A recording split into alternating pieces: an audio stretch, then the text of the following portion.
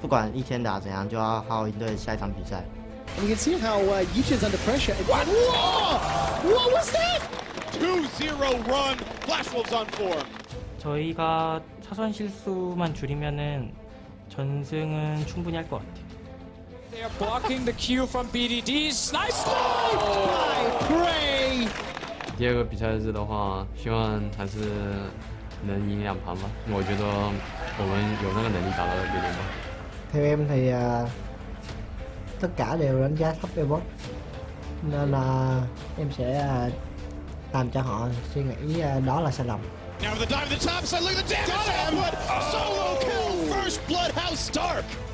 If we go another 0-2, it will be like mostly like our mental. It will probably hurt us. And it will be really important for us to win at least one game. And King's Zone are smashing North America's hope. It's really important for us to get the win and to really showcase like North America is like a really good region. Losing is not an option.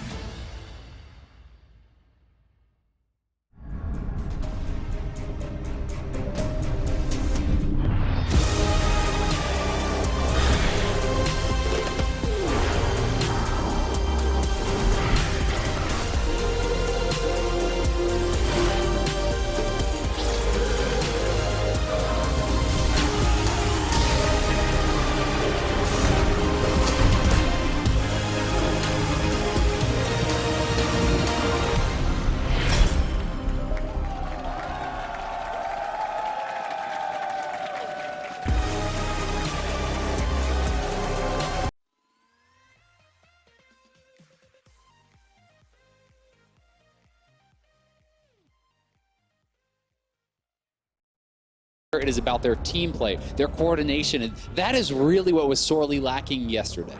Now, we did see Smithy play the Trundle yesterday, and unfortunately he wasn't able to have a huge amount of influence with the pick, and it will mean that the Flash Wolves can once again get a bit of comfort down towards the bot side. The Varus ban I think is very good because it will be taken off of Betty, but his other big comfort pick is the Ezreal. The question is, can Liquid's 2v2 find a matchup that gives them pressure over the Ezreal?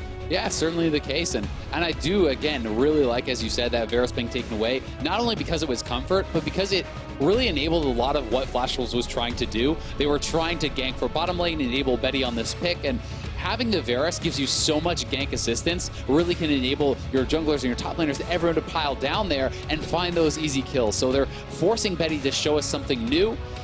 And we may be getting the Caitlyn back here for doublets, which was his other undefeated pick in the NALCS. This is something that I think has been very underrated by pros. We heard Frost Curran talking at the start of the day on AD about how Betty and some of these AD carries were saying, no, we think it's too slow, it doesn't work in the meta. I tend to disagree. We heard the same statements from pros at Worlds last year saying, no, Caitlyn is not playable. Now there is the Morgana lock that you talked about. The Alistar was banned by Team Liquid. So now we have to see where Team Liquid go with this next rotation. I want to just quickly jump back onto Flash Wolves because there are a couple big things that I can already see from this draft. Number one, very strong mid-game spike. Graves, Ezreal, GP, all very, very effective once they get things like the Trinity Force. And they can add a second item in there too, but the early to mid-game portion of the map is definitely in their favor. The problem is they have little engage tools. You talked about this, Azael, where it's easy for Liquid to engage on them, but in terms of actually engaging yourselves, Flash Wolves right now do not have many options to start fights. Yeah, I mean, it's fishing for a binding essentially right now. Pobelter, I'm expecting to see something perhaps like an Azir. I think that can fit the bill pretty well. Oh, no, you're not. Oh my god, a blind pick Yasuo from Pobelter. That was about the last thing I was expecting here to come out. But so tell me, Azael, when you think of Pobelter, what are the first champions that come to your mind? I think of Azir, I think of Talia, I think of Orianna. So I do control not think mages of Yasuo whatsoever. And this is a blind pick Yasuo, and it looks like Maple will be trying to bring the tank. He's going for a Galio.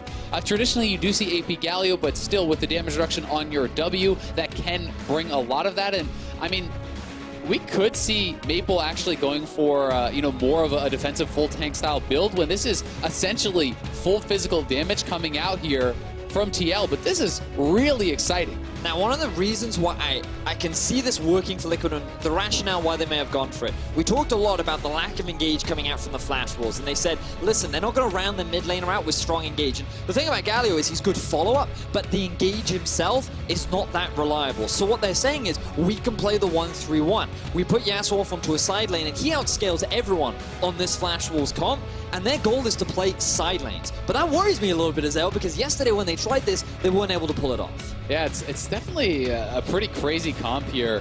Also, I think from Flash Wolves, because if you don't have the way to actually engage, then it becomes very difficult if you're getting sieged on by a Caitlyn, if you're starting to just lose those turrets, but they do have very powerful disengage. I mean, if you're, ulting in as the Yasuo onto one of these AD carries and the Galio ultimate comes in, that can shut things down very, very quickly, but at the same time, a lot of squishy members here are being presented from the Flash Wolves. If you pull off that Orin into Yasuo combo, that can be deadly. It has been a day of surprises. Up until now, I think we can add another one to the list. The Yasuo mid for Pobelter. I mean, there are so many ways to enable this Yasuo too. This is a comp largely built around his success. You have Braum ultimate knockup, the Pillar from Trundle, the Orin. Available teleport is up 2. There's one ward behind. Impact could TP for the flank. And Betty's really low, but they're going to come in. Teleport comes in, Pobelter with a knockup. Here comes the Galio Ulgo trying to stop Team Liquid in their tracks. First blood goes to Impact. Mujin low off the backside, but Maple's answered here. And Betty is still alive in the front of this fight. Trying to catch on to Impact. Double that stands in the way, blocks his top laner for the moment. It looks like it's a pretty even fight, but Flash Wolves are able to come out just slightly ahead. The Galio ulti doing work as it reacts very effectively to the Team Liquid engage. Yeah, and it's 2-for-1 in the trade, but getting the first turret is really the big win there for Flash Wolves, and that is going to put them significantly ahead. 2.5k this early on is a pretty big deal. And so far this Caitlyn is not working out for Liquid because they lose the first tower, they haven't gained any pressure in this part of the game, and we talk so much about this mid-game spike for the Flash Wolves. You try to fight them at this point in the game, Flash Wolves are going to be that much stronger. And oh, that was a really good dodge out from Betty to avoid being the primary target being bursted out. And you can see he's sitting on the flank, ready to just dish out the damage. Yeah, and Pobelter not actually able to get his ultimate over onto Betty. It did, hit instead just on the support there, and that is a really big deal. Had Betty been the one comboed there, maybe could have... Was this bottom lane? Hanabi did flash across the wall, but the pillar comes out. Hanabi's not in the best of shapes at all. Impact with the knockup. And Gangplank not long for the Rift. Impact will get his second kill. Now, good punish here from Team Liquid. The fact that they take out Hanabi, it will enable them a bit of gold back on the board, but it does mean that you have no pressure towards the Rift Herald, which will be secured by the Flash Wolves. And having that ability to play towards the mid lane tower is another thing we didn't really talk a lot about. With Team Liquid have very limited wave clear. When you draft a melee mid laner, you have the wind wall to delay a wave, but outside of that, there's not much you can do, as Smithy now makes his way up to the Herald. Mujin did land a smite. Whereas Betty is far and above of double the 2 levels as well. Now Pobelt, he's stuck again. Flash, Torn, there's the Winds of War as well. Mujin secures the kill on Pobelter. There's a fight up towards the top side as well, though, because here comes the hero's entrance. Sword Art was caught out, but Joey and Smithy now need to run away because Hanabi has the flank. Double lift there as well. Impact. Joey the first to fall. Double lift. Takes a chunk as well, but will escape. And that's Joey's flash right into the wall there, and this means Flash Wolves are going to get Baron. And honestly, at this point of the game, being down almost 6,000 gold, giving up a 20-minute Baron is realistically the game.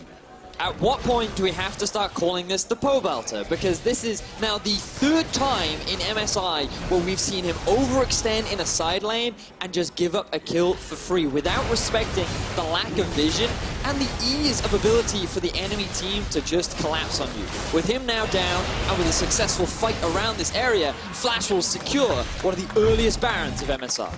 You have to give credit to Flash Wolves, though, because as much as Pobelter's overextending, the vision control from them, the ability to make these picks is what's allowing them to snowball the game away from Team Liquid. And that's one of those things that's going to be very tough when you are bringing in a support who has no LCS experience, let alone international and MSI experience. Your vision control, your movements around the map, whose responsibilities are what, are going to be that much harder. pole vaults are getting picked off on the top lane. Galio can respond to this play very quickly with his ultimate. The TP coming in from Hanabi. They're getting flanked on all sides, and you can't make a play like this when you are already down a man, when you're already down the gold, and the Galio ultimate is both in range and available, and TL get punished massively for it, and now they're wasting their time. Yep. Flashwolves looking for this bottom lane inhibitor now. Just continually choking out Team Liquid. Not allowing them even to jump into their own jungle, not allowing them any CS apart from the minions that are pushed towards the towers. The last breath comes out, but Pobelter just does nothing. No damage at all, and Flashwolves are looking for the win here. Just need to force Team Liquid back from the inhibitor tower. Super minions pushing in the mid lane as well. Betty jumps forward, looking for impact, and Smithy, the flash is away, the flash is forward. Flash Wolves going deep to the Team Liquid base. They'll secure 2 more kills, and now they can look for that inhibitor as well. Liquid tried to go for a desperation defense, but it just wasn't enough. The gold lead is too insurmountable, and Flash Wolves are looking to take top of the group. Flash Wolves playing an incredible game, showing another style, a new draft, and completely outclassing TL in this game. Absolutely dominant performance here from the Flash Wolves. They're not done yet. They want to pick up those final kills as well. The hero's entrance from Maple, who has been a hero this entire game, and with that win, Flash Wolves go top of the MSI table. And overall, just a very good performance from the Flash Wolves.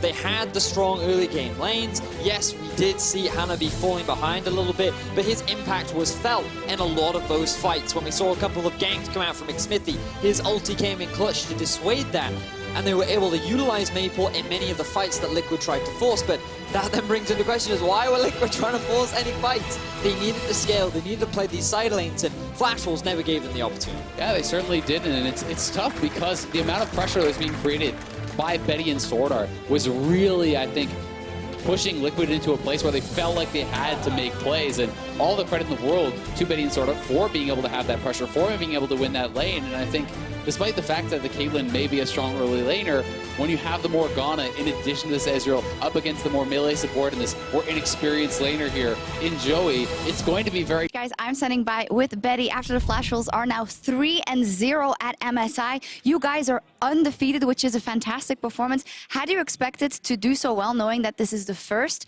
time that this lineup of Flash Wolves comes into an international tournament, and why do you think you guys are crushing it? 首先，电狼表现得非常好，目前你们是全胜5败的战绩。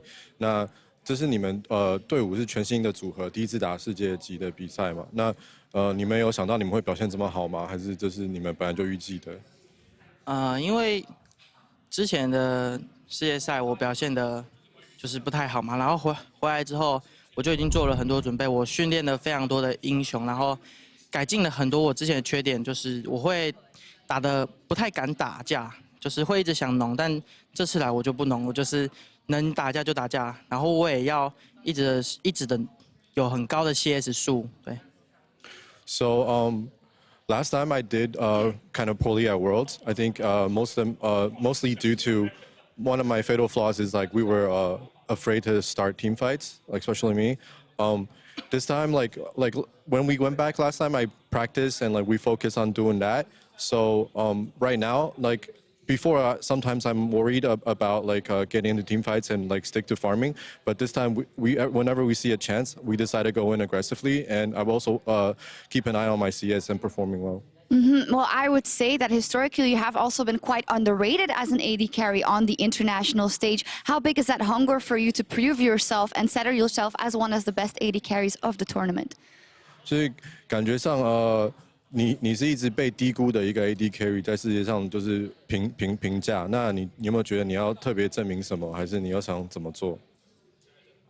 因为现在我们3-0嘛，然后我们赢的2支队伍有世界前4强的 AD， 那我都赢了，那我现在应该是世界前几的了，对。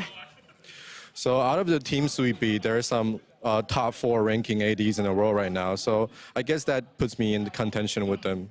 Definitely does. Betty, are you ready to beat Uzi or playing RNG later? Is that possible?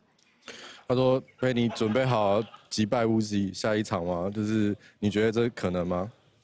我会尽我最大的力量来去击败 UDI， 即使他真的很强，对。I'll try my best, but he's really strong. He is really strong, but you've been doing great so far. The Flash Wolves undefeated. Thank you very much. And the ball comes in, Pobota with a knock-up. Here comes the Galio Ogo trying to stop Team Liquid in their tracks. First blood goes to Impact. Mujin low off the backside, but Maples answered here towards the towers. The last breath comes out, but Pobota just does nothing. No damage at all, and Flash Wolves are looking for the win here. But Impact and Xmithy, the flashes away, the flashes forward. Flash Wolves going deep to the Team Liquid base. They'll secure 2 more kills. The hero's entrance from Maple, who has been a hero this entire game, and with that win, Flash Wolves go top of the MSI table.